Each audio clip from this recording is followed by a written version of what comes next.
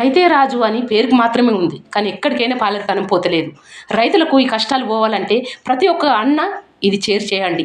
అది రేవంత్ కాడికి పోవాలి. ఊరి బస్తాల కాడ కష్టమే, వడ్లు వండించే కాడ అమ్మ కాడ కష్టమే, ప్రతి ఒక్క కాడ కష్టమే. రైతులకు ఇవన్నీ తెలిసే ఎక్కడెక్కడ కష్టాలు పడుతున్నాం అన్నది.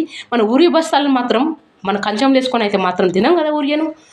అనవసరంగా అయితే కొనుకొచ్చుకోము కదా, మన పంటకి ఇష్టానికే కొనుకొచ్చుకుంటాం కదా. అది ఎందుకు ఇంత కష్టం, ఎందుకు ఇంత వస్తుంది?